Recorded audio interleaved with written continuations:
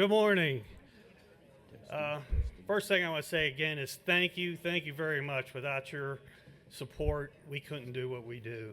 Before we kick this off, we're going to have a committee chair overview. And what we've done in the past, I know Eric Nelson, he's had marketing committee meetings, and they went over pretty good. And in fact, I've got some calls this winter when we was going to have one, but we've all been kind of tied up and couldn't have them. But this year, we might try to start these up again, and I'd like to get Shad involved with the personal property rights, because last night I had sitting here talking with the mods, and there's a lot of people east of the Mississippi that don't know what's going on, and I think a lot of this stuff needs to be brought out. We got some members out that way, so if anybody wants to get on one of those calls, let the girls know back at the desk. They'll put your name down. All right, what we got here, first off, we got Dr. Max Thornsberry. He's our animal health specialist. We got Mike Schultz, who's our cool. Kenny Fox, everybody knows that. He's our EID specialist. Teresa, she's our new membership director, or committee chair.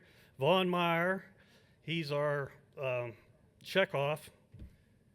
Eric Nelson, marketing committee. Bill Kluck.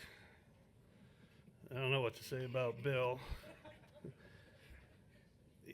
There's a 2-hour difference between me and Bill Kluck. And I'm laying in bed one night at 11:15. I get a phone call, and it's Bill Kluck. And he says, "Hey, you need to get a hold of Jim Jordan." He's a congressman in Ohio. I says, "Bill, do you realize it's 11:15?" He says, "Not here, it ain't."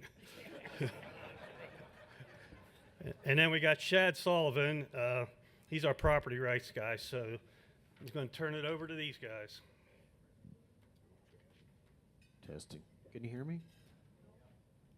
No? Yes, there we go. Good morning. So it's been a very eventful year. If you're on the Property Rights Committee, you know I didn't call you and we didn't have a meeting this year because it's just busy. And so I just kind of take care of it myself. And if you don't like that, please come take my job.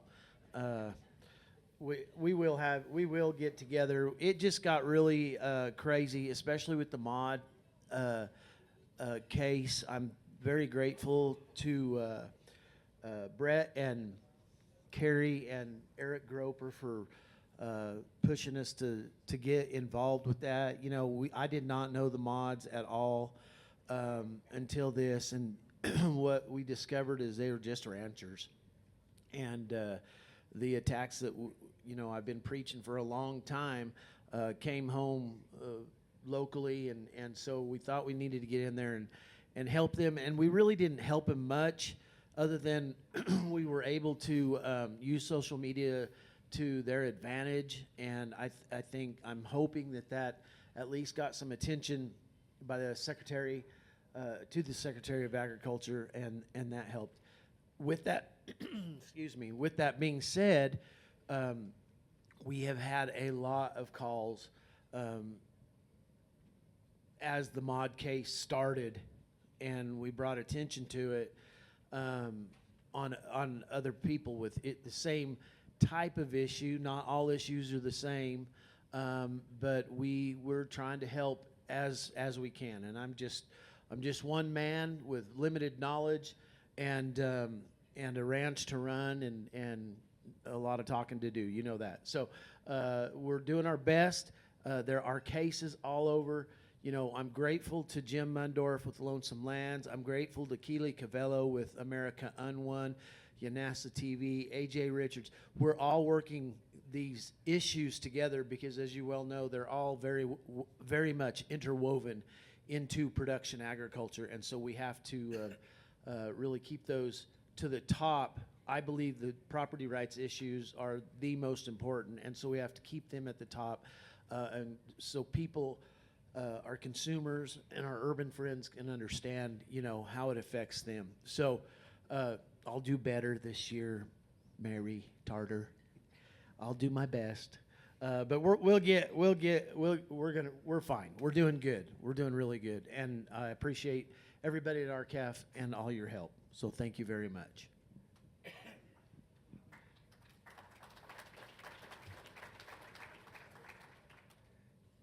I appreciate. Is this on? Yeah, okay. I appreciate Shad and what he says, and I really have always enjoyed what Dr. Max has to say, but I got a question for him. You know, who's mentioned more in the Bible than the shepherds? Cattlemen. Well, I know our Lord is often spoke about the shepherds in different aspects and what the shepherds do. They rescue the one when the 99 or they leave them to rescue the one.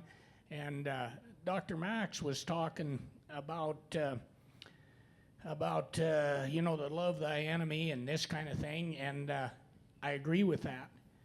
But there's also a time to draw the line. It's kind of like kids, you can tell them what to do, and there's a point where, you got to pick them up and warm up that rear posterior to make them listen, But anyway, in that respect, we got to remember our Lord also cut the whips and chased the money changers out of the temple. And that's one of the problems that we have in the sheep industry.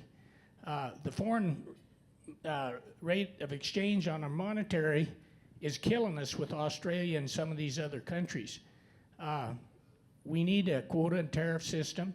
I will say this, I've been on the sheep committee and I've learned more from many of the sheep producers across the United States than I knew, than I contributed. But I really appreciate the knowledge of some people and the fact that they share it with us. But our sheep industry is in big trouble, and the cattle industry is right behind it. We've lost so many sheep numbers that we have feeders talking to us on the calls that they can't get enough lambs to fill their feedlots. And they're running below capacity. Some of them are going broke. We talked to the packers that specialize in lamb. They're running at about 30%. They can't keep their doors open if they don't get more lambs to butcher. We're importing about 60-70% of the lamb we consume, mostly from Australia and New Zealand. And when you think about that, New Zealand is about half the size of South Dakota. They have 30 million sheep over there. We have a total of 5 million in the United States. Does that make any sense? Importing 60-70% of our lamb, the consumption's going up every year. Now, I do understand this last week that lamb prices made a huge jump. I'm not sure why that is. I haven't researched that at all. But right now, up until this last week, lamb prices have been about $2. And if our calves went back from $4 down to $2, we'd be in trouble. And so you know where the sheep guy is. It's got to be about the same price. That the wool thing used to be a valuable asset. I sold wool for $1.70 in 1979. My son-in-law and daughter just sold their wool from last year because they couldn't sell it for $1.70. This just isn't working in the sheep industry. And I see the cattle numbers going down. Bill talks about it all the time. There's many reasons for that. In Nevada and Idaho, I listened to the sheep producers there. They used sheep for many years to control the weeds and the forbs that grow there that are a problem. Consequently, they've been run out of a lot of that area, and they're having fires that just go nuts. I seen it in Montana where I lived. I used to be on the board of directors for the wool growers up there. We had 60,000 sheep in that thing that we sold the wool collectively from. Now that doesn't exist and the sheep aren't there. So the sheep industry is in big trouble. If we don't get it changed and soon, there won't be any sheep here. That's just about the way it is. So I'll shut up and let Eric tell you something you need to know. All right, Bill, thank you. So what a time to be the chair of the marketing committee. We've got good prices, right? But I'm not going to sit here and say that we've got stratospheric prices or high prices or too high prices. I think the prices are just where they've deserved to be for some time, all right? In just a couple months, it'll be 6 years since 2019. And what happened in August of 2019. And just to recap for that, price of slaughter cattle in the middle of that was $1.18 a hundred, and the choice box was at $3.40. So now we have slaughter cattle prices at $2.40, $2.45, and the choice box is only $30, $40, not even, maybe 10% higher. So, and it's what the meat industry tries to do over time is to create valleys and drive prices down, and then that will trim the top of the next high. And so the lower that they can make lows, it'll lower the next high, right? And that's the battle that they're always in. And so what's my take-home message here? It's complacency. We can't afford to be complacent. It was at this time frame in the last cycle, almost next week to the day, when we lost MCool. And it was at the time that we had record prices, and we let go as an industry. We didn't let go. RCAF has been on this, since the beginning, and we will until, we get it back. But complacency can be a killer, all right? So, and I was really reminded of that yesterday. Had a chance to visit with Roger McGowan, one of the speakers yesterday afternoon, and I had actually pulled this study up about a month and a half ago before I went to DC to do a little arm twisting, and it was a Sparks commodity study that was commissioned by NCBA. So they spent some money to have a study created to prove a certain outcome, and of course they got that job done. And the outcome was that the Sparks study said that captive supplies and unpriced cattle, slaughter cattle contracts don't hurt anything, and that it's what the economy needs. It's more efficient, and it'll help consumer prices, and it's all good. And Roger McGowan, Neil Harrell, Peter Karstensen from Wisconsin all wrote a counter in that Spark study, and they said that was poppycock, that absolutely it'll be damaging over time. And furthermore, the study said that there needs to be larger packer entities so that they can better take care of the growing larger retailers, and that you had to be able to take care of the big retailers so that for maximum efficiency. Well, it created a bunch of maximum efficiency, so much so that there's not nearly enough competition at the retail end of the meat industry either. And so we've got here 24 years later, those three friends of RCAF have absolutely were right, and we've got that proof. And so there are tools that we have to fight off complacency and to keep the fight up for competition, because these, and you're going to see that from RCAF, these unpriced contracts. Just think about that on the rancher level. That would be like if you could get $4, and the spot market is $4 for a 600-pound calf, but you're going to be willing to sell them for $3.70 just to enter into some kind of agreement. No, at the highs, you're going to continue to negotiate and to grab all that you can. But the feedlot industry, it defies logic right now. The North, Iowa, Minnesota, is trading slaughter cattle at $15 to $20 a hundred more than the South, just because they're negotiating. So there's lots of work to be done. We'll get back hopefully on a more regular schedule for marketing calls, and everybody's welcome to join in. So thanks for your support.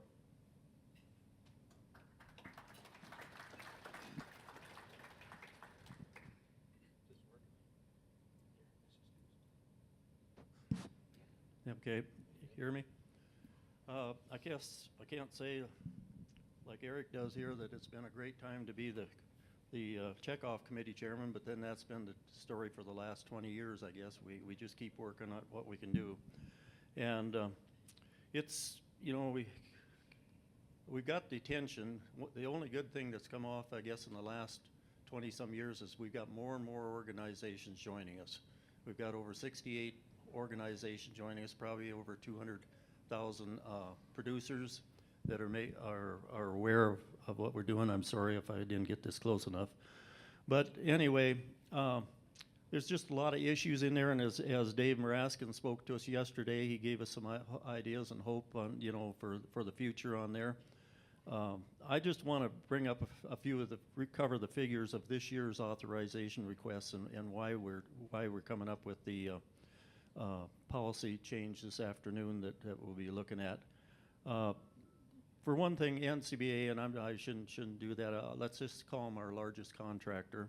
Our largest contractor, as we all know, writes these authorization requests, so they're pretty well developed for them to whatever their needs might be for the year. But they gather 67.6% of all authorization requests. All the other people get 32.4. The total this year was almost $38 million. So they gathered work on over 25 million to almost 26 million. And then to top it off, USMF goes through them, and that's $8 million, of which they get implementation fees out on that. Back in 23, they had a multi-year authorization request of 8.1 million, so they're still collecting on that one. The Federation gives them between 11 to 12 million each year, so they're doing pretty darn good on everything. The main thing though is of that 47% of what they collect, 12 million of that is implementation fees, where all the others only collect 25% on their implementation fees. Their implementation fees are almost double and have been in certain years past on the thing. Total revenue, if you look at their 1099 program services, that's all the checkoff work and stuff on that, comes up to 47.1 million, and that makes up almost 86% of their budget on there. So that's where our checkoff dollars are going to support that work against us on everything. We have come up with a policy recommendation that we'll go over this afternoon, and that is to try and bring them in line back with all the other people of suggesting 25% straight across the board implementation fees on there. What do we do in the future in this year? Well, I think David Maraskin had the point yesterday. He said petitions. We can petition to change those states that got the MOUs on there. I'm not a firm believer in petitions, because when petitions come, whether it's a referendum or whatever it is, even if you could get the total amount of signatures on there, because it's really tough, it's still up to the Secretary of Ag to decide if they're going to call, a vote on it or change policy. And then he said we can hold Secretary Rollins' commitment to the Trump Make America Great Again, and I think that's a good one. Yes, we need to be down there working on them, either in person or sending letters and working. Of course, we tried to get her out here this year, and maybe in the future we can. I think our best chance lies in the next 2 to 3 years that we've had here, so that's pretty optimistic about that, I guess, of getting things changed and working on there. We can sue. He mentioned that we could sue over the failure of USDA to be acting on many of the issues that they've been clammed up on us. Probably the main thing is the OFF Act, and a lot of people are working on the OFF Act. I wanted to kind of put a petition or in there, not a petition, policy change on that, but Dr. Max told me if he did, he'd come down on me over there. So I guess we'll just take it one step at a time on there. But the OFF Act, we've got a lot of organizations behind with us, so we need to get together and work with them and try and get that into the Farm Bill. The main thing on the OFF Act right now that we need to be doing is going to all of our state legislatures, and as you know, it's been reintroduced in May by Senator Lee and Senator Booker, and co-sponsored, I believe, by, from Tennessee. Anyway,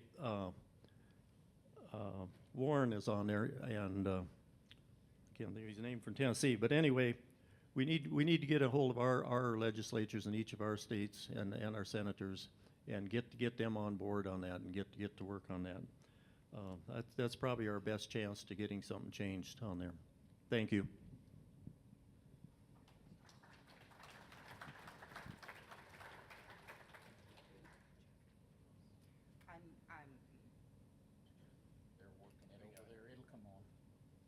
I'm Teresa Fox. I'm the new membership chair.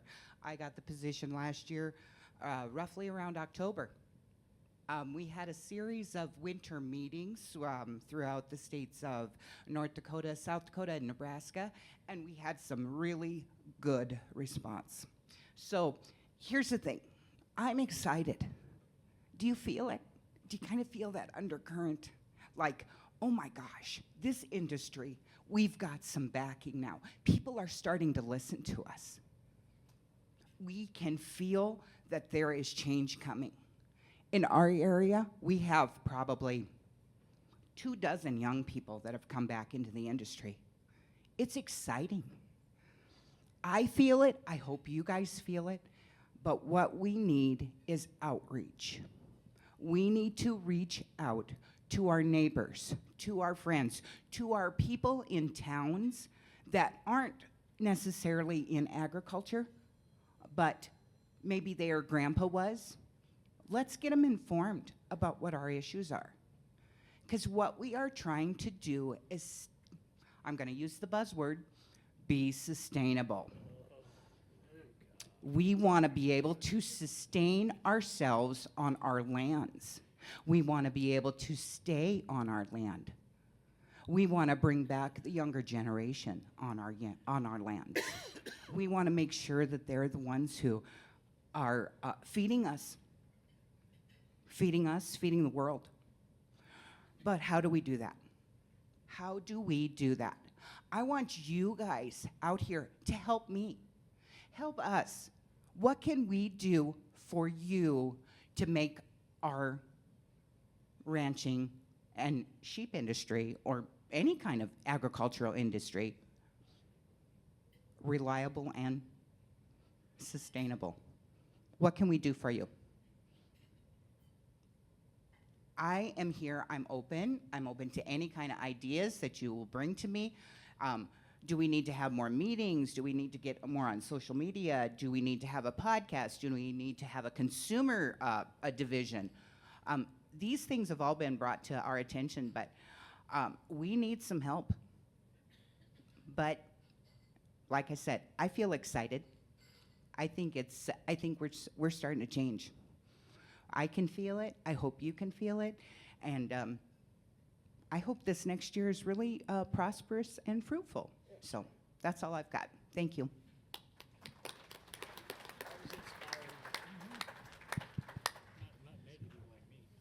Well, that's a tough act to follow. But this year we've had some interesting developments. What we're doing here in South Dakota, and we've asked other states to do the same thing, is we've presented a petition opposing the electronic ear tag mandate to our county commissions. County government is really the only government that's responsive to the people. And so far, we have 67 counties in South Dakota, and we've got 18 counties that have passed unanimously the resolution that opposes the electronic ear tag mandate. And we have copies of that, and we would encourage you to come and pick those up and take it to your county commission, whatever state you're from or whatever, even within our own state. South Dakota has a state law as well as Wyoming that says we can use multiple forms of ID for official animal disease tracking. And those are proven methods that have given us the healthiest herd we've ever had in the United States. And I think, if it ain't broke, don't fix it. We're not against people wanting to use the electronic ear tag mandate. It's a voluntary system the way it was with the 2013 rule, and that got changed last November. Also, we have been involved in a lawsuit, and some of you heard Kara Rollins, the attorney for New Civil Liberties Alliance, give her report yesterday on that suit, and we will be heard in court July 11th. I mean, it's been postponed at least 3 times that I know of. And it was supposed to be heard in Rapid City, but the judge had wanted to move it to Sioux Falls because they had other cases there they were working on. So that's what's happening. And, we haven't had very many committee meetings this year. It's pretty much the lawsuit was going on, and so we had to be kind of careful what we say, because the enemy out there will use whatever you say against you. So we were pretty quiet, and but we did attend quite a few meetings in South Dakota and other states, asking people and educating them on this issue. I think we got a pretty good chance to win this one, but you never know. I hope we can win it, because I like the idea of multiple forms of ID, because there's not one of them that's perfect. And when one fails, another one can pick up, and it's proven to work. We got the healthy herd. And with that, I'll turn this over to Mike. Thanks, Kenny. With MCool, we got to congratulate you guys here in South Dakota, because Mike Rounds put on his petition deal for people to sign on to MCool to get into the Farm Bill July 2nd. That's a big win. The other big deal is Senator Thune with his deal on Senate Bill 421 for mandatory country of origin labeling to reinstate it. I think we're in a good position. We returned here a few months ago. A couple of us were in Washington, D.C. again, had breakfast with Rand Paul and his group. They want to help us on that. We're waiting on a follow-up letter. We're trying to get some people in D.C. to sign on yes or no. They'll support these issues, as in the OFF Act and the MCool. So that's a big deal for us. We see that with MCool, it's changed, but the WTO, as I told you last year, was basically eliminated with the arbitrary court case with a 3-member panel. President Trump, as of 12/10 and 19, dismantled that deal. They've not taken much action since then, and so the filing would have to be refiled if there was a trade case with the WTO. So I'm pretty optimistic that that's probably not going to ever happen again. And so right now, we've got pretty good markets. We see the deal with Brazil bringing in the imported beef, reaching their tariff quota. We talked about exceeding tariff rate quotas, where the penalties go up extremely higher to cause a penalty where they don't want to import the beef in here. And I think those are important that we follow that. The tariff deal has been quite a debate amongst people here in the country. I think everybody that probably here believes in tariffs, that we probably need to have a higher tariff in order to equalize trade. I guess, when you go through MCool, I was just reading South Dakota, the other cattle group, they're all for voluntary, mandatory country of origin labeling. And, we've had that since the beginning of time, and it hasn't worked. It's fraudulent in what they're doing. And yesterday, for those of you that may not have heard it, I'd asked Bill on a question, basically with the Checkoff, the OFF Act, which we highly support, but the Checkoff in the first paragraph of the Act and Order, it says that it will be used for the research, development, and promotion of cattle. It's the #1 word in the first paragraph of the Act and Order. And then if you go through on the bottom lines, the paragraph of talking about the details, it talks about the United States. It talks about the nation. And I think we've missed the point in some of our issues, but that's the cattle industry. That's where MCool comes in. That supports us, the U.S. cattle producer. So take your time, go to the CBB website, look up the Act and Order, and read it. And I think sometimes we overlook things, and so I go back through and I read and I read and I reread to try to figure out. There's words that were put in there for a reason. Cattle was put in there for a reason, that we promote the cattle industry. And I still think there's a possibility of a lawsuit being filed against that, because is anybody in here, raise your hand. Have you ever seen a cattle ad sponsored by the Beef Checkoff? I didn't think so, because I've been around in here for about 50 years doing cattle, and I've never seen one, So those are the things that we're working on. I got to give Kenny a little plug. I try to help him with his EID deal. I told him down there when they were working on the screwworm problem, I said, why don't you put those EID tags in those screwworms, then you could track them. All right, thank you.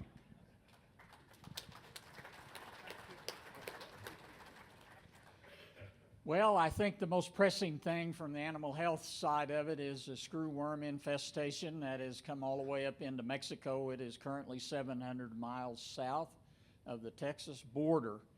To give you a little background of why this has become a problem, we maintain a 150-mile piece of property in the southern part of Panama, and we maintain, or should have, didn't do a very good job of it, an irradiated male screwworm facility in Panama. Panama had about 30 identified cases. They didn't jump on it. They didn't start the lab up in the manner in which they should have. And next thing you know, they've got 3,500 cases. Next thing you know, they got 6,200 cases, and it's moving and marching its way north until it's finally into Mexico. Right now, that lab in Panama has been activated fully. They are putting out millions and millions of irradiated sterile male screwworm flies. They are about to get things squared away in that part of the country. The Secretary of Ag visited southern Texas yesterday. They are activating an irradiation lab there. They'll be pumping out 6 million of these irradiated flies in a very short period of time on a daily basis. They will start dropping them by airplane, and the female screwworm fly just breeds one time. Now, she can produce lots and lots of eggs from that one breeding, but once she lays all the eggs that are in her, she dies.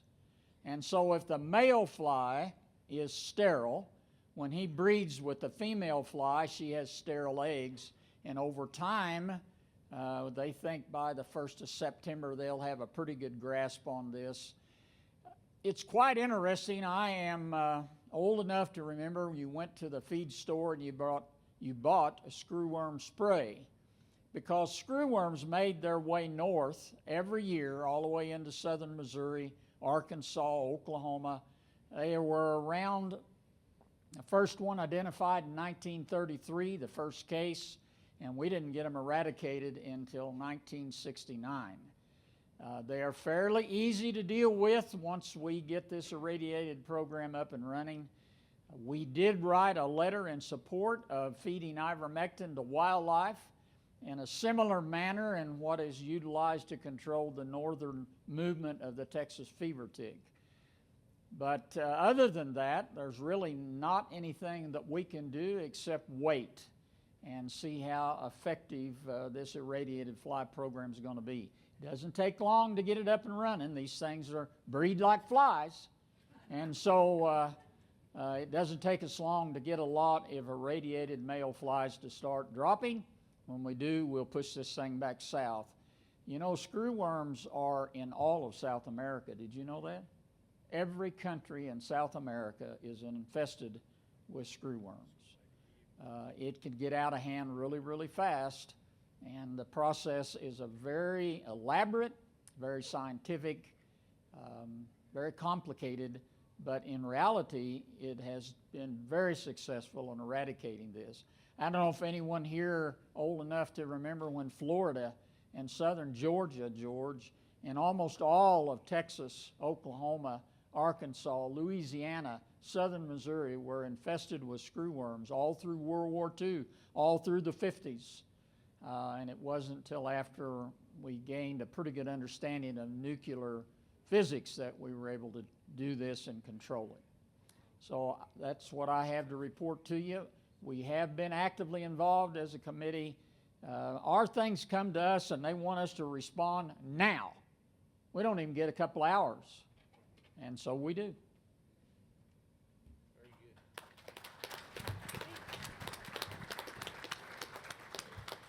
We have time for some questions. Does anybody have questions for any of our committee chairs?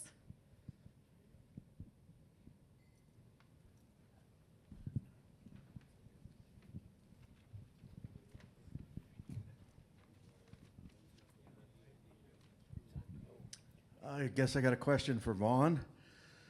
I'm wondering if is he aware, has Doge done any digging around on this checkoff or at the USDA? Yeah, Steve?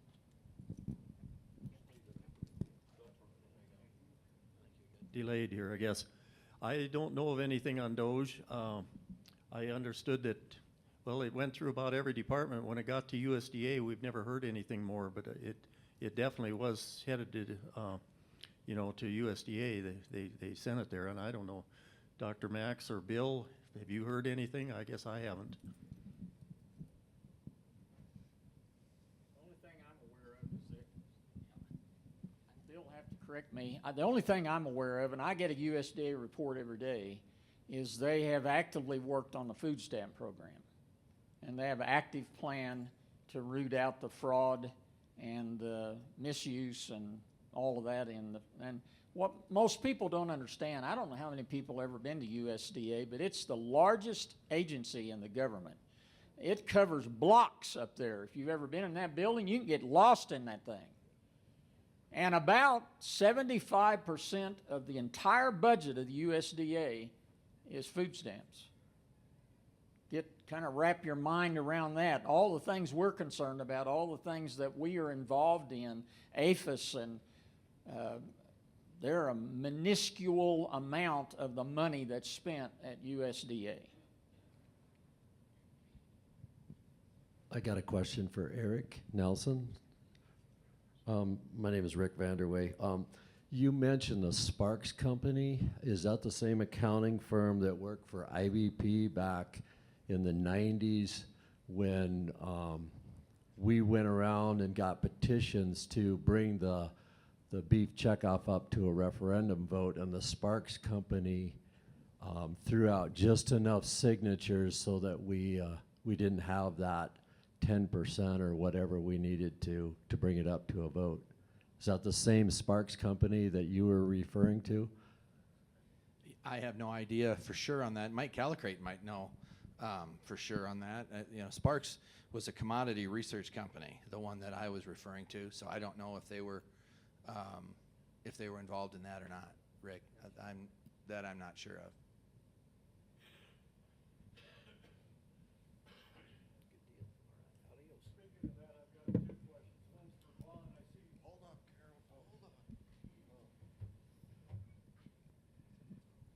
Hey, Vaughn, could you respond? I see, I think from the Common Ground information, we're up to a $13 return for our $1 investment. And this ties to Sparks, too.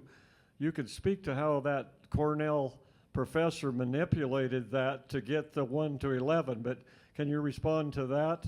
Vaughn, and just a second, and I don't want to take, and then I want to ask Mr. Nelson of being a cattle feeder. First of all, I'll take the $4 on a 6-weight today if you're contracting, but how are you as a feeder protecting yourself on a $4 6-weight calf? So first Vaughn and then Eric.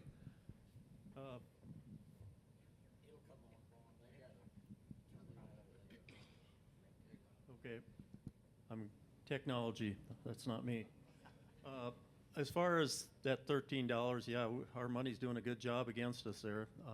And they'll up it probably next year, it'll probably be $15, keeps it going, climbing on there. One time, Bill and I did put out a report on actually what it was costing us, and I don't have those figures with me today, but with all our dollars working against it, was, in our figures, it was about $334 loss, you know, per animal is basically what each dollar was doing for us on that deal. And so yeah, it's working against. It's just like all their propaganda that they put out there, and I don't know if I'm answered exactly what you wanted there or not, but it's something we got to curb, and that's kind of why we're looking at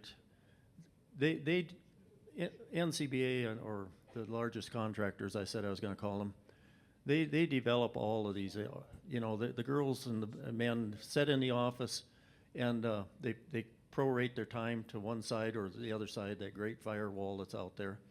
And basically, you know, when 86% of your check is being paid from that side, you're definitely going to support that side. It'd be the same way in farm and ranching. If I was making 86% of my money on one venture, I would spend a lot more time on that on there. So it's just another graph that they've concocted. This little crumbs they throw out, that's to make us feel good. You know, it's to look like they're not total monopolizing on there. So I hope that answers your question. Thank you. Well, Gerald, I'm glad that I got to go second because I had more time to think about an answer for you. So all I would say is that there's a lot of empty pens in my part of the world. And I'm hearing that the occupancy level our way is down considerably compared to further south. But I haven't witnessed that. I will this weekend. I'm headed down into feedlot country in Nebraska for a wedding, and I'll get an idea there. But the risk is tremendous right now. You know, there's always this basis thing, right? You've got futures prices, and when prices get going, the speculators, the long speculators, never want to buy way into the high end of the market. So there's a chunk that is unprotectable. And so right now, I run break evens, my little cattle crush. I'm always punching numbers in and getting phone calls, and had one right away this morning. And it's not unusual. And Rick Chambers and I have talked about that a couple times here. You know, it's $250 to $350 a head underwater on running break evens for a lot of cattle right now. So, but sure, folks are buying them. Tremendous amount of risk that's being assumed right now at the feedlot end, and the pressure at the feedlot end is going to be just immeasurable, largely just from the total dollars involved. A gentleman at my table this morning, he had an order for somebody to buy 7 cows, cow-calf pairs, and wanted to spend so much money. And he did a great job buying those cows, but he ended up buying 10, and the guy didn't want to take them because he didn't have enough money for 3 more cows, and there that many total dollars. And the same thing is happening across feedlot country, especially where there isn't an inherent finance program as part of the deal. And as you go north, there's fewer and fewer smaller yards that offer financing, turnkey financing. And as you go south, there's more and more of that. So, and that ends up being in market conditions like this, it's a disadvantage for a lot of the smaller feed yards, where the commercial banks in the north would generally be involved in most of the cattle that are put out in yards. So, so stay tuned. It's going to be an interesting time from now until the first of the year. Could I add on to that a little bit, Gerald, for you guys? I fear, as cow-calf producer, we're in a tipping bucket right now. Because if they break the last independent cattle feeder, like Eric, guys like Rick, we're going to be done. The big corporate yards are going to tell you what your calf prices are going to be worth. When Max and I talk about it, you'll be like the hog industry. So be careful. I'd like to go back to your question there, just to add one thing. Years ago, when they first come out with that calculation of that dollar, I think it was $9 at that time, I was on a Zoom call where we could type in our questions and stuff. And my question to them was, where do imports factor in on this? And their answer was, well, we never considered imports. So I greatly doubt if they're considering them again yet. So there's one of the biggest holes right there on there. You know, yesterday we heard where the Packers were losing lots of money on this thing. They might be. It's my feeling that we're all pretty complacent right at the moment. If you're losing lots of money, let's dwell on the imports. That's where the big money is on the deal. Thank you.